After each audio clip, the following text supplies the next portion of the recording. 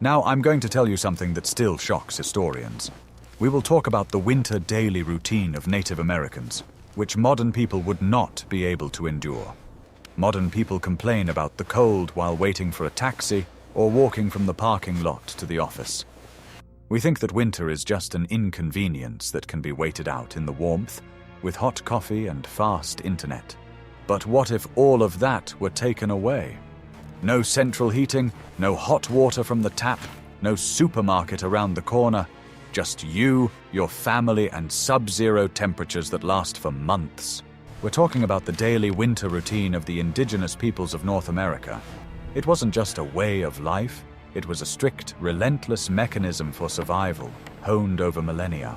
Watch this video to the end, and you'll learn why the short daylight hours were the main dictator, how entire families turned their homes into a single warm organism, and which component of their diet was most important for survival in the icy desert.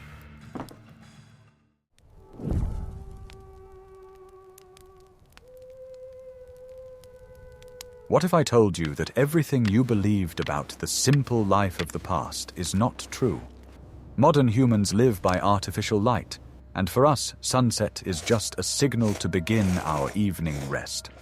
But for the tribes of the Great Plains or the forest dwellers of the Northeast, winter meant the tyranny of darkness. The sun was not a source of life, but a stingy overseer who measured out only a few precious hours for the entire day's work. In some northern regions, this period could be reduced to 5 or 6 hours of dim, low light. The entire daily routine was subordinated to this short interval. There was no time for leisurely activities or long reflections. As soon as the sky began to lighten in the east, the camp came to life, and the race against twilight began. All work that required good visibility and being outdoors had to be completed before the sun disappeared behind the horizon again. This created enormous psychological and physical pressure, unknown to us today. It was necessary to wake up long before dawn, in complete darkness, in order to prepare for the short working day. The day was divided not into hours and minutes, but into 2 large blocks, a short period of intense labor and a long, almost 16-hour period of nighttime confinement in the dwelling. This rhythm was not a choice, but an absolute necessity dictated by the planetary cycle. For us, such an imbalance of light and darkness would result in serious psychological stress. All outdoor activities were risky. It was necessary not only to get the job done, but also to constantly monitor the weather, which could change in a matter of minutes. Venturing far from camp in search of fuel meant risking not returning before dark, which was tantamount to disaster. Every minute of dim daylight was worth its weight in gold and was used with maximum efficiency. The long hours of darkness were not a time of rest, but a time of confinement. Families and communities were locked in their homes, whether it was a teepee on the plains or a longhouse of the Iroquois. It was a time for other work that could be done by touch or by the dim light of a fire, mending equipment, sewing, telling stories. But it was also a time of waiting and straining to listen to the sounds of the storm outside.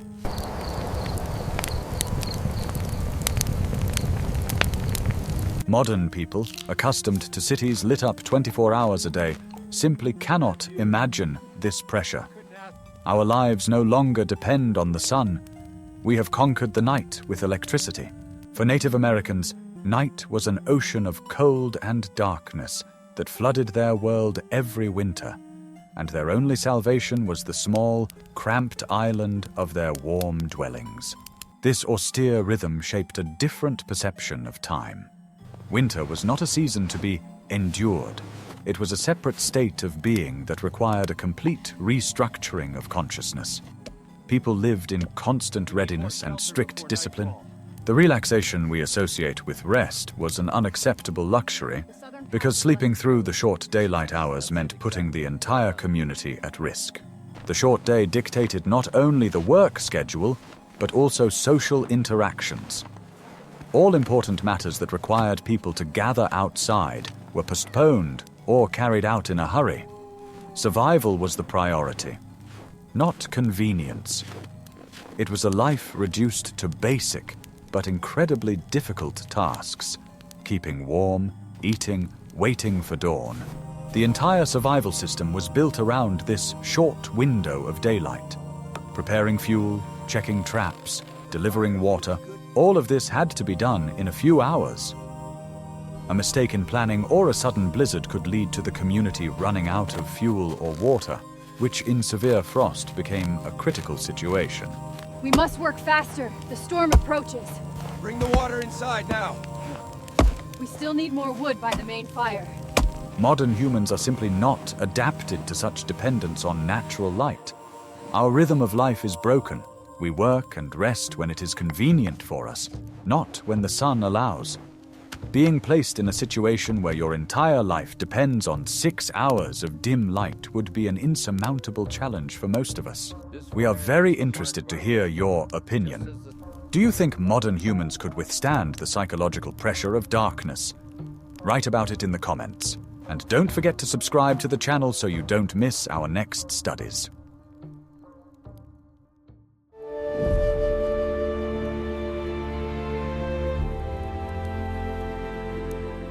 Want to know the secret that has been kept within the walls of Native American dwellings for centuries? For us, a house is a fortress made of brick and concrete. For indigenous peoples, their winter dwellings were more like living organisms, breathing and adapting to the cold.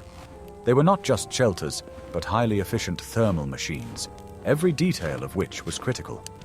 The designs of the Plains teepees and Iroquois longhouses were the pinnacle of engineering of their time. Take, for example, the teepees of the Lakota or Cheyenne tribes. From the outside, it looks like a simple conical tent. But in fact, it is a complex aerodynamic system. Its conical shape with a slight backward slope gave it incredible resistance to the hurricane-force winds of the Great Plains. In winter, the base of the teepee was tightly packed with snow, creating an airtight barrier against drafts. Inside the teepee was an equally complex system. An inner lining, or ozan, was attached to the supporting poles. It did not reach the very top, and was separated from the outer covering. This simple detail created a double wall effect. Cold air penetrating under the outer covering rushed upward in this gap and escaped outside without entering the living space. This also prevented condensation from forming on the inside. The most ingenious part of the teepee was the system of smoke vents at the top. 2 special poles allowed the ears, vents, to be turned depending on the direction of the wind. This created a constant and controllable draft for the hearth, which burned right in the center. The smoke was effectively vented outside, and the inhabitants did not suffer from smoke inhalation. Controlling these valves was a real art. At the same time, in the wooded northeast, the Iroquois built completely different fortresses, longhouses. These were massive communal structures reaching tens of meters in length. The frame of sturdy poles was covered with large layers of elm bark, which was laid like tiles. In winter, the walls were additionally insulated with mats made of reeds and dry grass. Inside, the longhouse was divided into compartments for individual families, located on either side of a central passageway. Fireplaces were located at equal distances from each other in this passageway. Each hearth was used by 2 families living opposite each other. It was an incredibly efficient communal heating system, where the heat from one fire warmed several living quarters at once. The roof of the longhouse was arched, which prevented snow from accumulating and crushing the structure. Smoke vents ran along the entire ridge of the roof. They could be partially covered with pieces of bark depending on the weather, regulating the draft and retaining heat. Warm air from the many hearths rose upward, creating constant circulation and heating the entire huge room. Unlike the mobile teepee, the longhouse was a stationary fortress designed for long winter stays. It could accommodate dozens of people, and their very presence, their breath, and the warmth of their bodies contributed to the overall heating. The space was organized vertically. People slept and worked on the lower platforms, while supplies were stored and firewood was dried under the roof on the upper tiers, using the rising heat. The engineering solutions of these dwellings were aimed at solving two main winter problems: retaining heat from the fire and effectively removing smoke. A mistake in the calculations meant either unbearable cold or suffocation.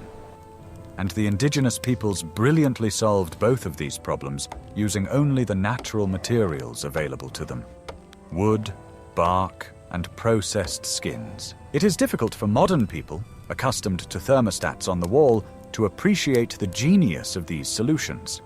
We fight the cold by burning enormous amounts of energy. They, on the other hand, created dwellings that worked in harmony with the laws of physics, using convection, insulation, and aerodynamics to create a comfortable microclimate in the epicenter of an ice storm. Which of these engineering systems seems most ingenious to you? The mobile aerodynamics of the Taipei or the communal fortress of the Longhouse? But what if I told you that the main heating technology was not in the wood or the bark, but in the people themselves? In the next chapter, we will reveal the secret of the social thermostat.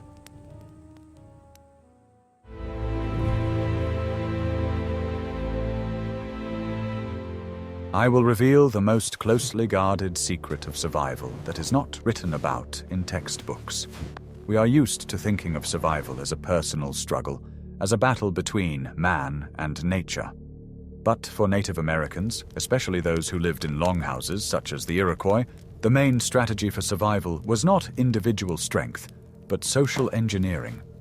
Their social thermostat was no less important than the hearth in the center of their dwelling. Imagine a longhouse in winter.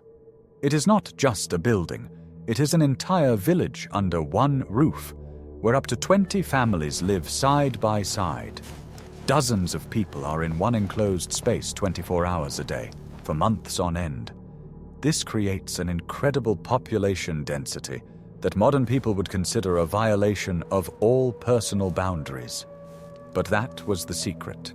The mere gathering of a large number of people in one room generated a tremendous amount of heat. The warmth of human bodies was as important a resource as firewood for the hearth. Each person was a living battery, contributing to the overall microclimate. This communal strategy was the only way to effectively heat such a massive structure. Of course, such a life required the strictest social rules. The priority was not personal comfort, but the well-being of the entire community. Resources, especially fuel and food, were distributed and used collectively. If one family ran out of firewood, they could count on the help of their neighbors, because the freezing of one compartment endangered everyone. Individualism was impossible in such conditions. This social thermostat meant an almost complete lack of personal space. Life took place in full view of everyone. Conversations, work, leisure, everything was shared.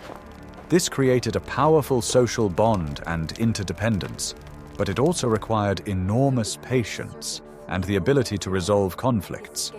The survival of the community took precedence over personal grievances. How is this alignment, neighbor? That looks perfect, nice and secure. Even in more mobile and nuclear dwellings, such as teepees on the plains, winter brought people closer together. Winter camps were large and located in sheltered river valleys. Families often cooperated, helping each other gather fuel or melt snow for water. Isolation was the main enemy, and the community was the main defense against it. Modern man values privacy above all else. We live in separate apartments and houses, separated from each other by walls and fences. The idea of spending 4 months in one room with dozens of other people, listening to their conversations and sharing the last piece of food with them, seems unbearable to us.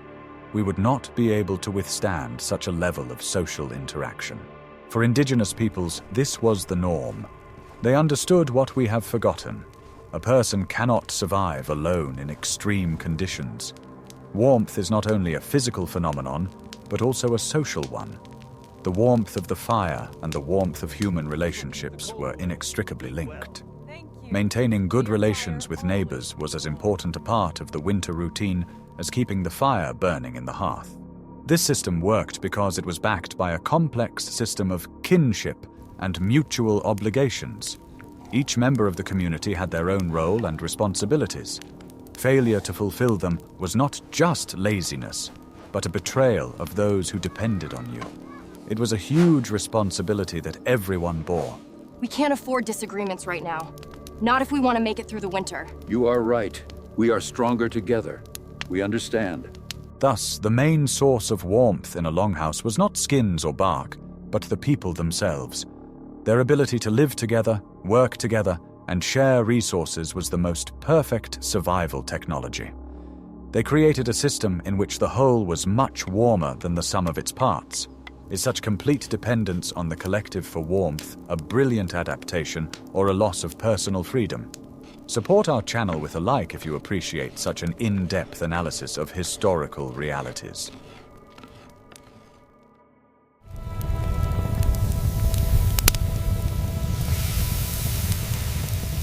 Are you ready for the shocking truth about our ancestors' healthy diet? Forget everything you know about modern diets, counting calories to lose weight, and low-fat foods. In the freezing winter, the sole purpose of food was not health as we understand it, but to obtain the maximum amount of energy.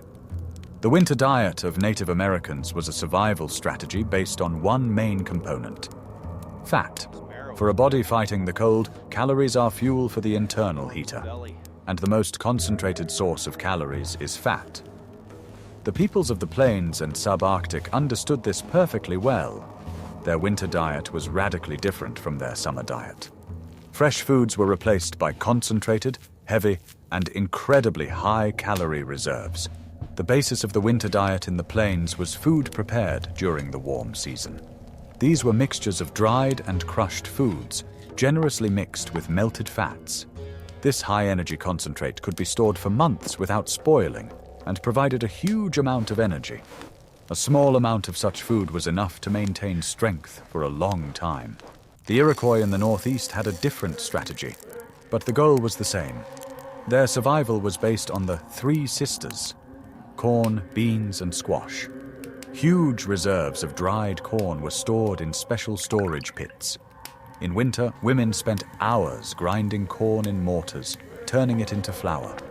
This flour was used to make thick, filling porridge or soup, often with beans and dried vegetables added. Although the Iroquois diet was based on carbohydrates, fats also played a key role. Nuts such as hickory and walnuts were harvested in large quantities. They were pounded and boiled in water, and the oil that floated to the surface was collected. This oil was added to porridge and soups, dramatically increasing their calorie content. Fats obtained during the hunting seasons were also used. Cooking itself was part of the heating system. The hearth, on which a pot of soup boiled for hours, not only cooked food, but also filled the dwelling with warmth and moist steam. This was important in the dry, frosty air. Food was not just sustenance, but part of the thermoregulation of the entire dwelling. To us, such a diet would seem incredibly heavy, fatty, and monotonous. We are not used to such amounts of concentrated fats and carbohydrates. Our digestive system, accustomed to fresh vegetables all year round, would struggle to cope with such a fuel-rich diet. But for people who burned thousands of calories a day just to stay warm, it was the only possible strategy. Food reserves were the main asset of a family or community. Whether the community would survive the winter depended on how successful the harvesting season had been. Depletion of reserves in mid-February, when new grass was still far away, was the worst nightmare. Therefore, supplies were treated with incredible care. Monotony was another challenge. Day after day, week after week, the diet consisted of the same foods: dried provisions, fat, corn porridge. The lack of fresh vitamins by the end of winter affected overall health, but it was an acceptable price to pay for survival. The main task was to make it to spring with enough strength. This focus on calories rather than taste or variety fundamentally distinguishes their approach to food from ours. Food was not a pleasure, but fuel in the truest sense of the word. This pragmatic approach, based on a deep understanding of the body's needs in extreme conditions, allowed them to survive where we would have died of hunger and cold. Which aspect of the winter diet seems most difficult to you? The monotony or the process of preparing it? But having food is only half the battle. It had to be cooked, and that required fuel. In the next chapter, we will learn what it took to simply keep the fire going.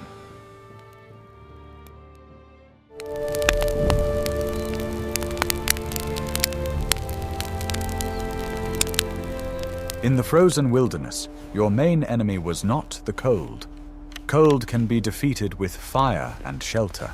Your most insidious and deadly enemy was moisture. A drop of sweat frozen on your skin or damp moccasins could have fatal consequences. Therefore, the entire winter routine was based on strict adherence to one rule: stay dry. Modern people put on one thick down jacket and go out into the cold. Indigenous peoples used a much more complex and effective system: layering. Their clothing was not just warm, it was breathable. They understood that sweating while working in the cold was a sure way to freeze. As soon as the work was finished, the sweat cooled and turned into an ice pack. The basis of their winter costume was several layers of clothing made of thinly tanned, softly processed skins. The inner layers served to wick moisture away from the body, while the outer layers protected against wind and snow. It was important that the clothing was loose-fitting. The air layer between the layers was the best insulation and allowed moisture to evaporate. Special attention was paid to the feet. Moccasins themselves were not warm footwear. Their secret was that they were worn with several layers of socks made of soft skins. The main absorbent material was dry grass or moss, which was tightly stuffed into the moccasins every morning. This filler absorbed sweat, leaving the feet dry. In the evening, the wet grass was thrown away, and the moccasins and insoles were thoroughly dried by the fire. Managing this clothing system was a daily, painstaking task. You couldn't just come home and throw your things in the corner. Every evening, all clothing, especially shoes and mittens, had to be inspected and dried. For this purpose, special poles were made inside the dwelling, under the ceiling, where warm air from the hearth quickly dried damp items. We hang them by the fire, sweetie. This is how we stay warm all winter long. Even during sleep, moisture control continued. Sleeping bags and beds made of thick skins also absorbed moisture from the body. They had to be regularly taken out into the cold. In severe frost, the moisture accumulated in the skins instantly froze in the form of frost, which could then be simply knocked out or shaken out. It was an effective way of dry cleaning. Losing a mitten or getting your feet wet was not just a nuisance, but an emergency. A person with wet feet could not work and became a burden to the whole group. Therefore, equipment was monitored with incredible care.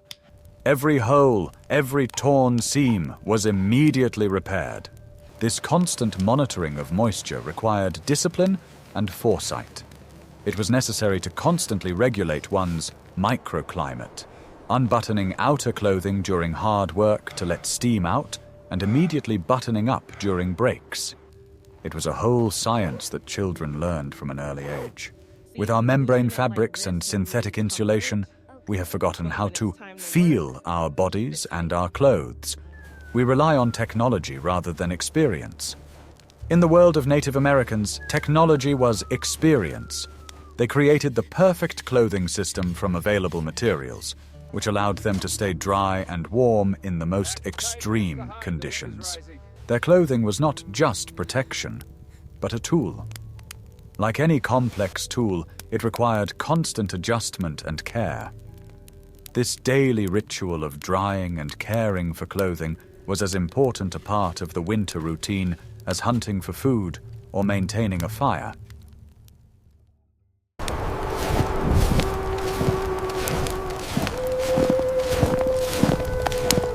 Guess how many hours a day people actually rested in winter camps? Modern people have the illusion that in the past, people hibernated in winter, sitting by the fire. In reality, winter days were short, but incredibly intense marathons. The few hours of daylight provided by the sun were filled with critical work, that determined survival until the next morning. The main task facing everyone was to maintain their dwellings. The walls of a teepee or longhouse needed constant care. Strong winds could loosen the fastenings, and snowfall could block the entrance. Men and women constantly inspected their shelters, shoveling snow to the base for extra insulation, checking the tension of the coverings, and reinforcing the structures. It was a constant battle against entropy. The second most important task was obtaining water. In winter, this was a laborious process. Rivers and lakes froze to a great depth, and it was extremely difficult to break through the ice without metal tools. Much more often, water was obtained by melting snow, but snow is 90% air. To get 1 bucket of water, it was necessary to collect and bring huge amounts of snow to the dwelling, and then melt it over a fire for hours, wasting precious fuel. The third and most energy-intensive task was fuel. The fire in the dwelling had to burn around the clock. This required a tremendous amount of firewood. And although the main reserves were made in summer and autumn, they often ran out by midwinter. Then every day they had to go out into the snow-covered forest or tundra in search of dry wood. Moving through deep snow was exhausting in itself, and the wood they found had to be carried back to the camp. While some were busy outside, other work was going on inside the dwelling. Those long 16 hours of darkness were not a time of idleness. It was a time for crafts. Women mended clothes, scraped and kneaded skins, and sewed new moccasins to replace worn ones. The men carved new handles for tools, repaired snowshoe frames, and wove ropes. This indoor work was no less important than the outdoor work. Winter equipment wore out at an incredible rate. Without constant repair and replacement, the community would very quickly be left without clothes, shoes, and tools. Thus, the dwelling turned into a real workshop, where, by the light of the fire, all the items necessary for life were created and repaired. The short daylight hours left no room for error. What needed to be done today could not be put off until tomorrow. If the weather forecast promised a blizzard, all efforts were focused on doubling the supplies of firewood and water. People worked quickly, smoothly, and without unnecessary words, because they understood that the price of delay was too high. Modern people find it difficult to endure even an 8-hour workday in a warm office. The working day of a Native American in winter was shorter, but its intensity was incomparably higher. It was a daily sprint that had to be run at full speed to beat the approaching darkness and cold. This routine required not only physical strength, but also incredible self-discipline. There were no bosses or alarm clocks. The only motivator was the instinct for survival and a sense of responsibility to one's family and community. Everyone knew their duty and performed it without reminders. Rest, as we understand it, as time free from work, was practically non-existent. Even when people sat by the fire, their hands were busy with work. The change of activity itself was a rest, from hard physical labor in the cold to painstaking manual labor in the warmth. It was a continuous cycle of effort aimed at one thing: surviving until spring. What do you think was harder? Short but intense labor in the cold, or long hours of painstaking work in the dim light of a dwelling? All this work would have been impossible without one central element. In the next chapter, you will learn why fire was not just a convenience, but a tyrant that demanded constant sacrifices.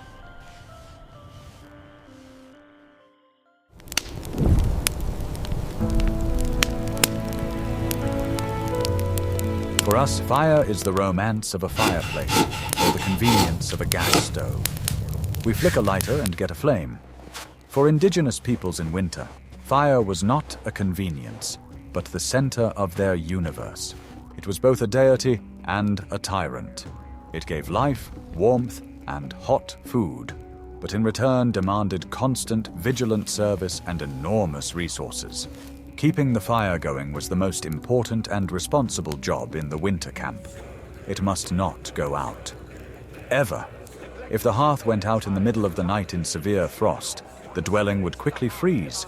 and it would be incredibly difficult to rekindle the fire in the dark and cold. Therefore, each taipi or section of a longhouse always had a firekeeper. This person, often an elderly family member or one of the spouses, slept very lightly. Their task was to wake up every hour or two to throw wood on the fire. This was not a job from which one could take a vacation. It was a round-the-clock watch that lasted all winter. Failure to perform this duty endangered the lives of everyone sleeping nearby. The fuel consumption was enormous. Contrary to popular belief, large fires were not burned in homes. That would have been wasteful and dangerous. The art was to maintain a small but very efficient fire. Only dry, well-burned wood was used, which gave maximum heat and minimum smoke. Preparing this fuel was an epic undertaking in itself. The main supply of firewood was gathered in summer and autumn. Women and men spent weeks collecting dry wood, fallen trees, and dry trunks. The wood was brought to the camp and stacked in piles, often right inside the longhouses or next to the teepees, so that it could be accessed even in heavy snowstorms. When the stockpile was running low, the daily struggle for fuel began. It was very difficult to find dry firewood in deep snow. They had to knock dry lower branches off spruce trees or dig fallen trunks out from under the snow. This work took a lot of effort and time, and all for the sake of keeping the fire burning for another night. Controlling the fire was a science. In the tipi, it was necessary to constantly monitor the smoke vents to ensure that there was sufficient draft, but at the same time that the heat did not escape too quickly. In a longhouse, it was important that all the hearths burned evenly, without creating too much smoke, which accumulated under the ceiling. The slightest mistake could result in the dwelling filling with acrid smoke. To understand where you are going, you must first listen to where we have been. The ancestors whisper in the smoke. Fire was not only a source of heat, but also the main danger. One careless movement, one spark falling on dry skins or a wooden frame could destroy a dwelling in a matter of minutes. Therefore, there was always clean, free space around the hearth. The fire was watched as vigilantly as the enemy. Life revolved around the fire. It was the center of the dwelling, not only physically but also socially. People cooked food, worked, and told stories by the fire. It was a gathering place that united the family. Its steady hum was the soundtrack of winter life, a symbol of stability and security amid the icy chaos. Modern man is incapable of appreciating this work. Our heat is produced somewhere far away, in power stations, and delivered to us through wires and pipes. We don't spend a minute of our time maintaining it. The routine of Native Americans, where a third of all efforts went just to keep the hearth burning, seems unimaginable to us. This constant concern for fire fostered a special, respectful attitude toward it. Fire was not just a chemical reaction, it was a living being, a partner in survival that had to be fed and respected. This philosophy was the basis of their winter life.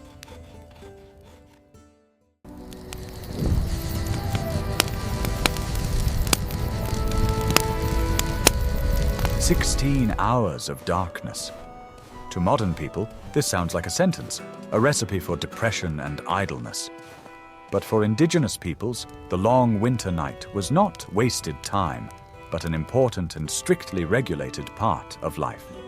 It was a time when physical activity outside came to a standstill, but social, spiritual, and craft life became more active. The night was not a time of continuous sleep.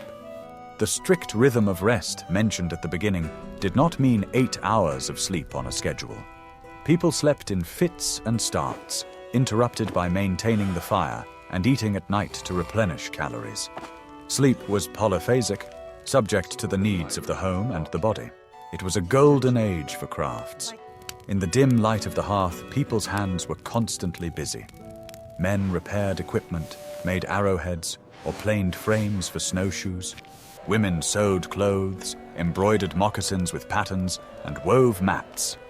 This monotonous, meditative work calmed the mind and brought real benefits. Most importantly, the long night was a time for stories. In the silence, broken only by the crackling of the fire and the howling of the wind outside, the elders of the community passed on myths, legends, and the history of the tribe to the young people.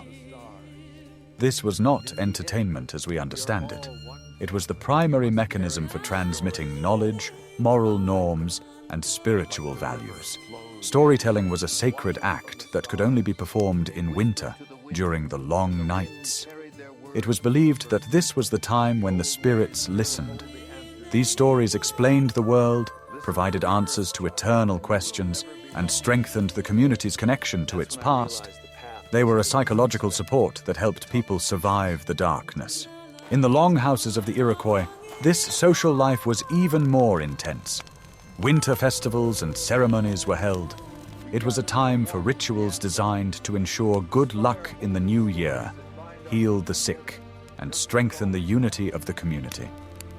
These events broke the monotony of winter and gave people emotional release.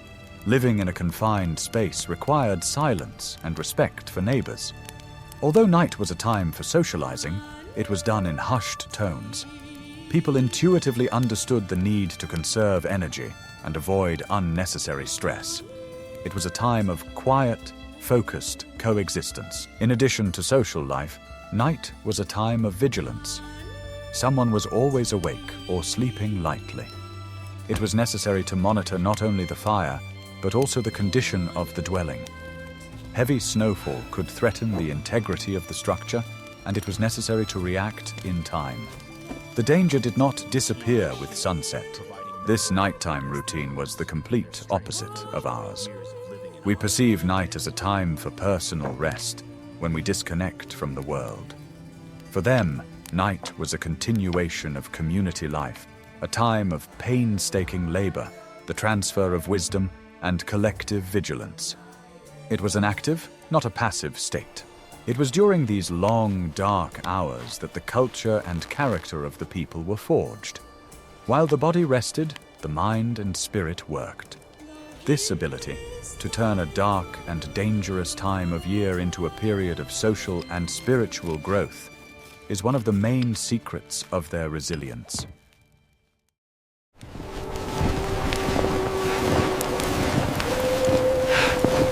Winter is not only cold, but also snowy.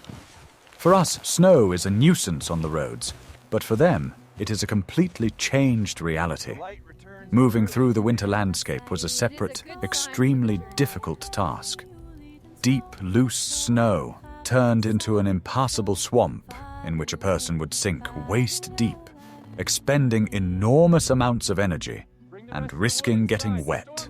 That is why the peoples of the subarctic and northeast, such as the Cree, Athabascan, and Iroquois, made a technological revolution by inventing snowshoes. This seemingly simple device, a wooden frame interwoven with straps, was as important to them as a car is to us.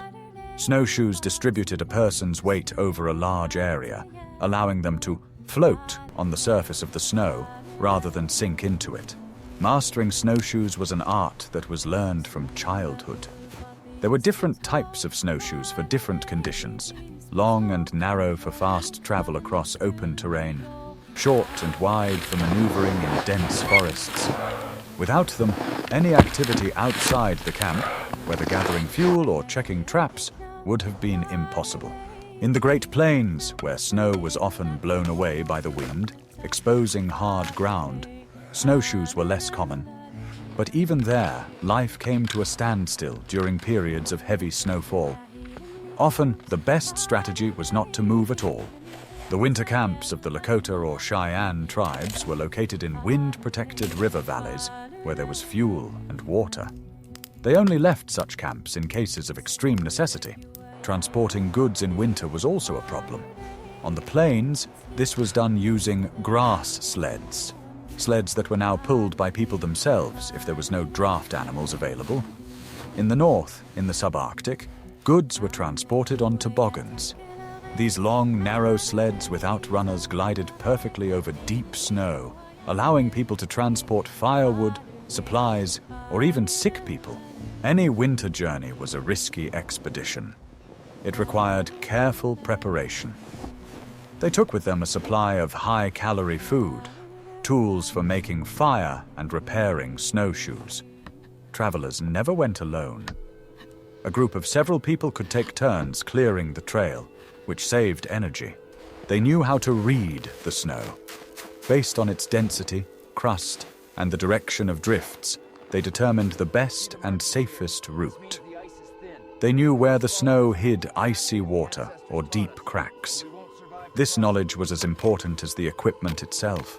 Modern people, traveling on snowmobiles or simply on cleared sidewalks, cannot imagine how hostile snow cover can be.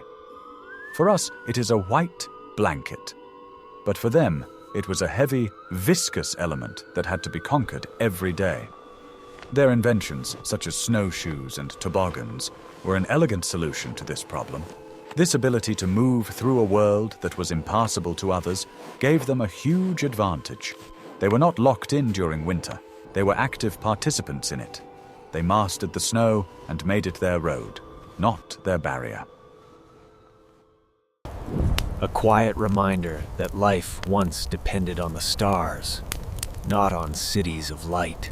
We have described the physical hardships, the cold, the darkness, the hard work, the meager food. But perhaps the most difficult test, one that modern man would certainly not pass, was the psychological test. The winter routine required not just a strong body, but an unbreakable fortitude. It was a daily battle with monotony, isolation, and fear. Imagine weeks or even months spent in the same cramped, dimly lit room. The same landscape outside the entrance, the same circle of faces, the same food, the same work. The monotony of winter life could break anyone. In such conditions, a modern person would develop a severe form of cabin fever or depression. Indigenous peoples countered this with the help of that very strict routine. The daily schedule was not a curse, but a salvation. It structured time, preventing the mind from sinking into despair.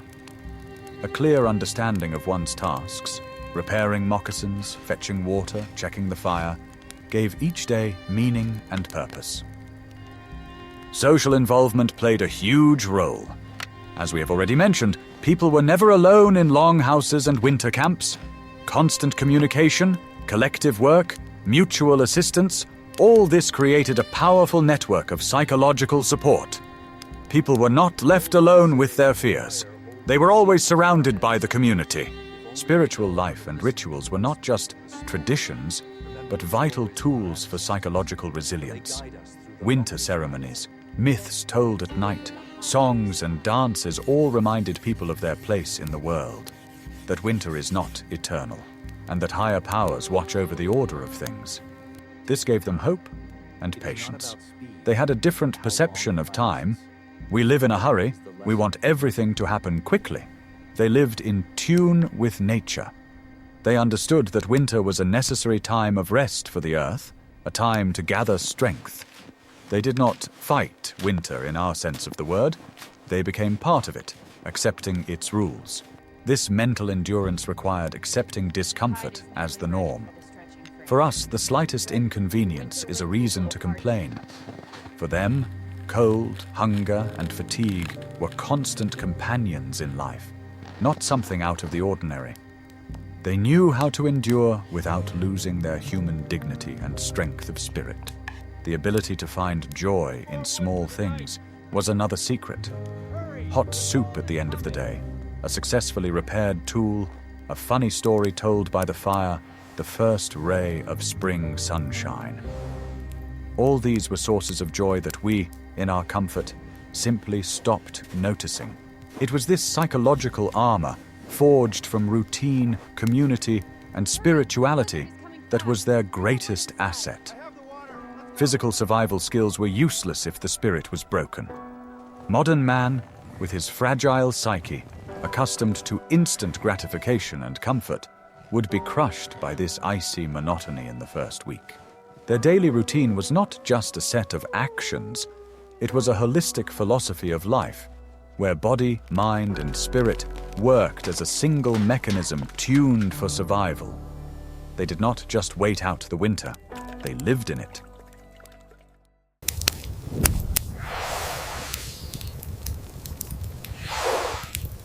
We have only touched on what the daily winter routine of Native Americans actually looked like.